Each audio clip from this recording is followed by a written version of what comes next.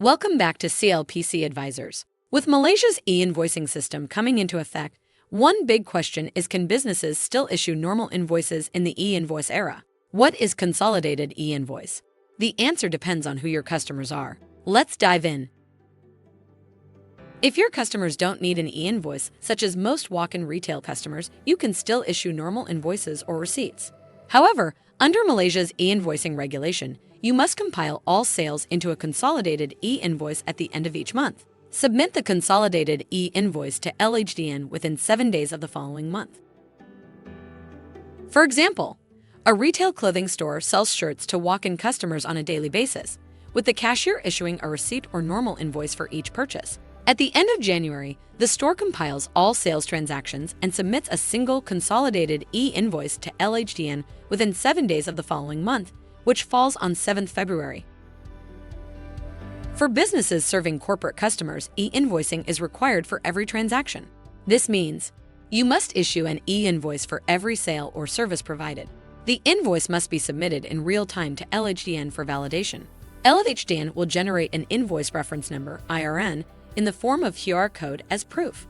Example: a marketing agency provides branding services to a corporate client. Since the client needs the invoice for tax and expense claims, the agency must submit an e-invoice to LHDN before sending it to the customer. Now, what if your business serves both retail and corporate customers? This means businesses' mixed customers must manage two invoicing methods based on customer type.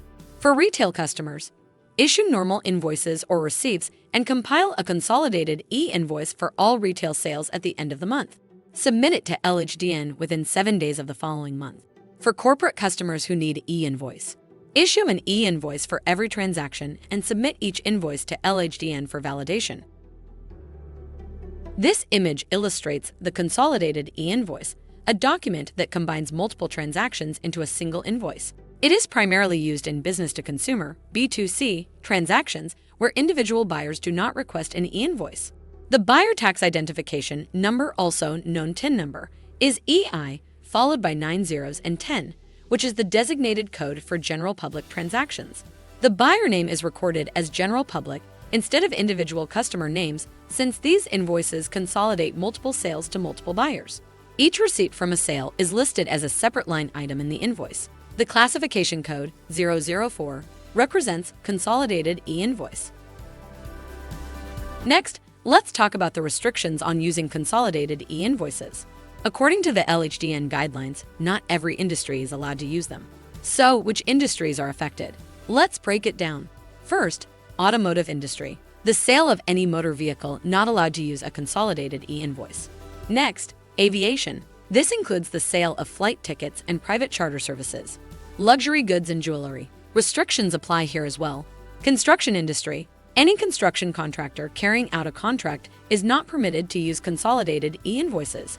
Construction materials. Wholesalers and retailers selling construction materials also cannot use consolidated e-invoices for their sales. Licensed betting and gaming. Payouts to winners from betting and gaming activities are excluded. And finally, agents, dealers, and distributors. Payments made to them cannot be issued through consolidated e-invoices. On top of that, if any single transaction exceeds RM 10,000, regardless of industry, you cannot use a consolidated e-invoice. It is mandatory to issue an individual e-invoice for that transaction. If you found this helpful, give this video a like, subscribe to my channel, and stay tuned for more simple tax tips.